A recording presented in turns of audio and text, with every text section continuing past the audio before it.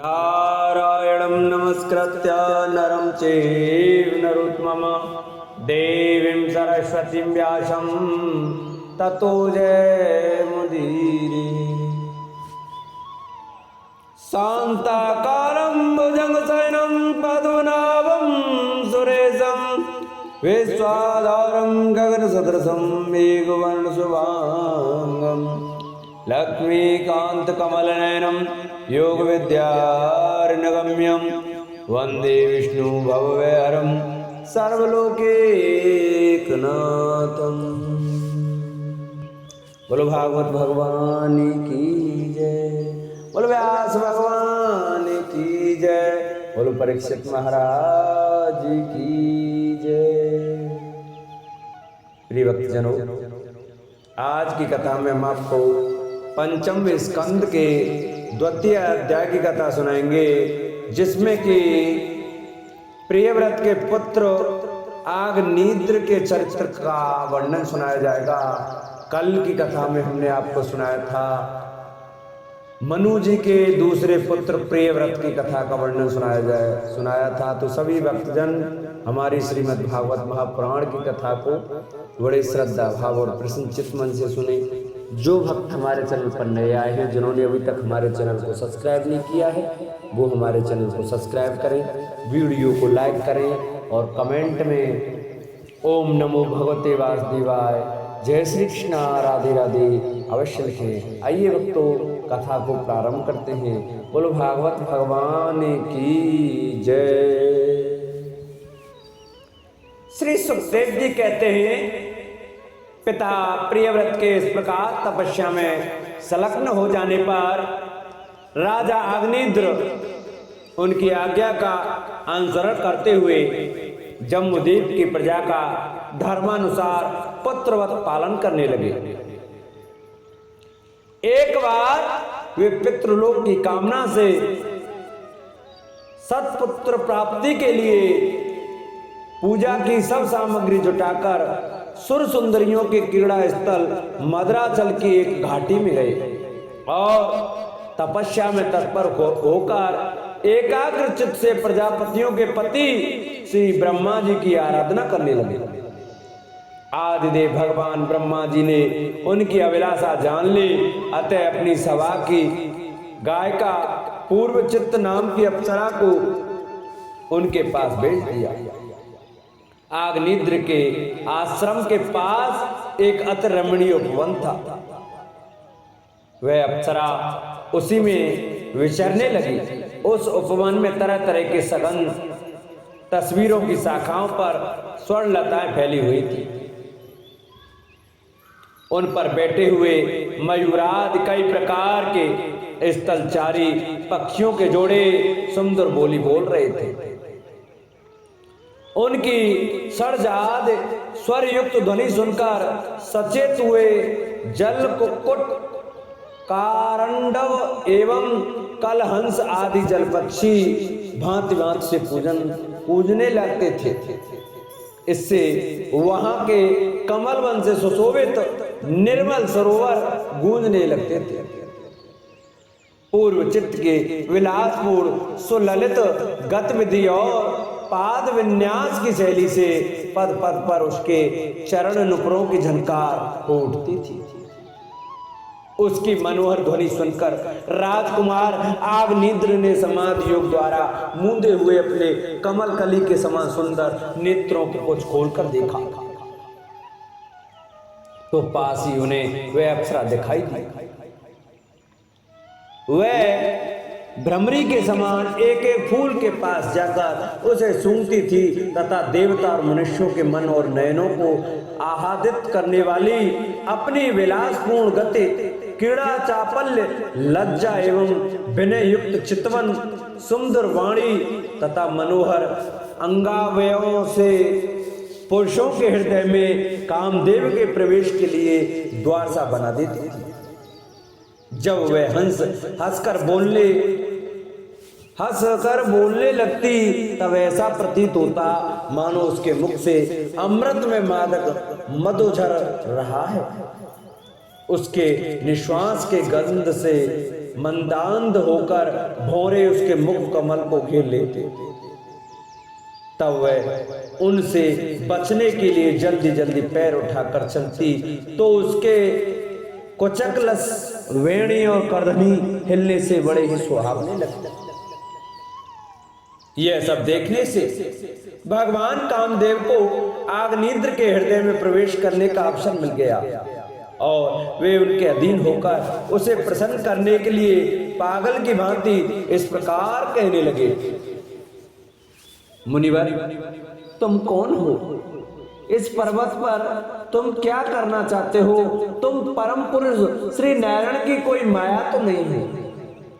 भौं की ओर संकेत करके सखे तुमने ये बिना डोरी के 2 धनुष क्यों धारण कर रखे हैं? क्या इनसे तुम्हारा कोई अपना प्रयोजन है अथवा इस संसारण्य में मुझ जैसे मतवाले मृगों का शिकार करना चाहते हो? कटाक्षों को लेकर के तुम्हारे ये 2 बाण तो बड़े सुंदर और पैने हैं। अहो, इनके कमल दल के पंख हैं, देखने में बड़े शांत हैं और हैं भी पंख ही। यहाँ वन में विचरते हुए तुम इन्हें किस पर छोड़ना चाहते हो? यहाँ तुम्हारा कोई सामना करने वाला नहीं दिखाई देता। तुम्हारा यह पराक्रम हम जैसे जड़ बुद्धियों के लिए कल्याणकारी हो। भौरों की ओर देखकर भगवान तुम्हारे चारों ओर जो ये शिष्यगण अध्ययन कर रहे हैं वे तो निरंतर रैष्युक्त सामगान करते हुए मानो भगवान की स्तुति कर रहे हैं और ऋषिगण जैसे वेद की शाखाओं का अनुसरण करते हैं, उसी प्रकार ये सब तुम्हारी चोटी से झड़े हुए पुष्पों का सेवन कर रहे हैं। नुपुरों के शब्द की ओर संकेत करके ब्रह्मन तुम्हारे चरण रूप पिंजरों में जो तीतर बंद हैं उनका शब्द तो सुनाई देता है, परंतु रूप देखने में नहीं आता। करधनी सहित पीली साड़ी में अंग की कांति की उत्प्रेक्षा कर तुम्हारे नितंबों पर यह कदम्ब कुसुमों की शियावा कहां से आ गई? इनके ऊपर तो अंगारों का मंडल सा भी दिखाई देता है, किंतु तुम्हारा बलकल वस्त्र कहाँ है? कुंकुम मंडित कुचों की ओर लक्ष्य करके द्विजवर तुम्हारे इन दोनों सुंदर सींगों में क्या भरा हुआ है? अवश्य ही इनमें बड़े अमूल्य रत्न भरे हुए हैं। इसी से तो तुम्हारा मध्य भाग इतना कृष्ण होने पर भी तुम इनका बोझ ढो रहे हो। यहाँ आकर तो मेरी दृष्टि भी मानो अटक गई है और सुबह इन सींगों पर तुमने ये लाल लाल लेप सा क्या लगा रखा है? इसकी गंध से तो मेरा सारा आश्रम महक उठा है।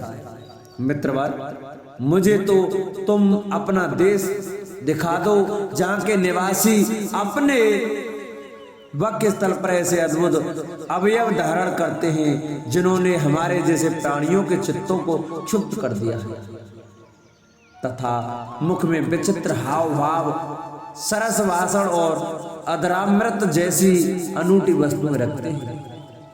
प्रियवर, तुम्हारा भोजन क्या है जिसके खाने से तुम्हारे मुख से हवन सामग्री की सी सुगंध फैल रही है?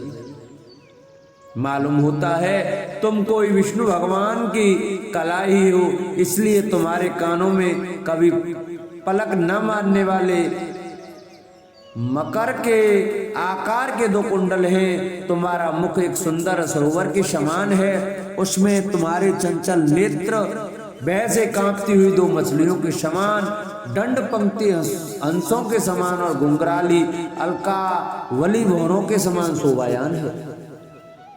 तुम जब अपने कर कमलों से थपक्की मारकर इस गेंद को छालते हो तब ये दिशा विदिशाओं में जाती हुई मेरे नेत्रों को तो चंचल कर ही देती है, साथ साथ मेरे मन में भी खलबली पैदा कर देती है। तुम्हारा बांका जटाजूट खुल गया है, तुम इसे संभालते नहीं। अरे ये धूर्त वायु कैसा दुष्ट है जो बार बार तुम्हारे नीवी वस्त्र को उड़ा देता है। तपस्वियों के तप को भ्रष्ट करने वाला ये अनूप रूप तुमने किस तप के प्रभाव से पाया है? मित्र, आओ कुछ दिन मेरे साथ रहकर तपस्या करो, अथवा कहीं विश्व विस्तार की इच्छा से ब्रह्मा जी ने ही तो मुझ पर कृपा नहीं की है। सचमुच तुम ब्रह्मा जी की ही प्यारी देन हो। अब मैं तुम्हें नहीं छोड़ सकता।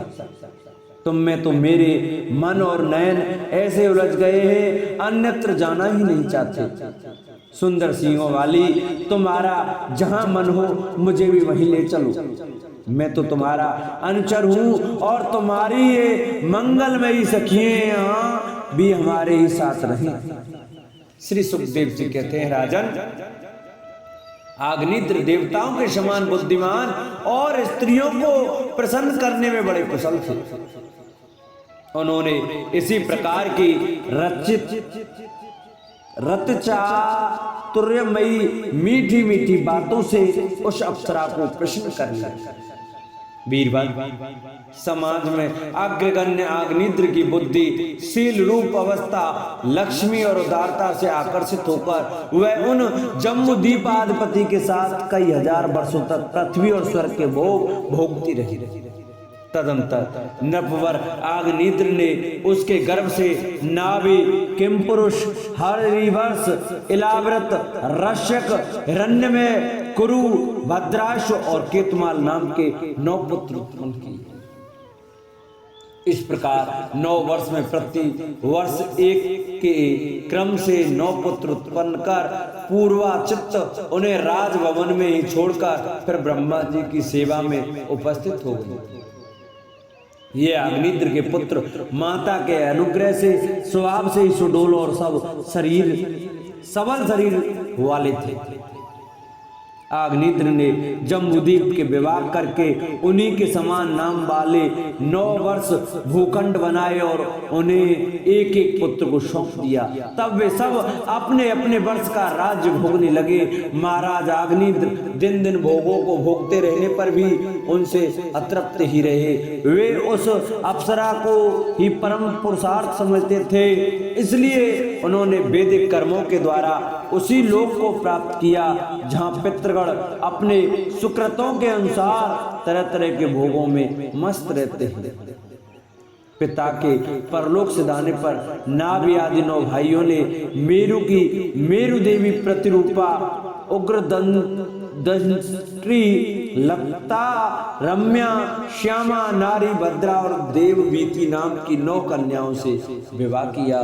बोलो भागवत भगवान की जय। प्रिय भक्तजनों, आज की कथा को हम यही विश्राम देते हैं। आशा करते हैं आपको हमारी श्रीमद् भागवत महापुराण की यह कथा बहुत ही अच्छी लगी होगी। जिन भक्तों को हमारी यह कथा अच्छी लगी है, जो भक्त हमारे चैनल पर नए जुड़े हैं, जिन्होंने अभी तक हमारे चैनल को सब्सक्राइब नहीं किया है, वो हमारे चैनल को सब्सक्राइब करें, वीडियो को लाइक करें और कमेंट में आप यह बताएं आपको हमारी श्रीमद् भागवत की कथा कैसी लगी। बोलो भागवत भगवान की जय। बोलो व्यास भगवान की जय। बोलो सुखदेव भगवान की जय। बोलो परीक्षित महाराज की जय। जय जय श्री राधे।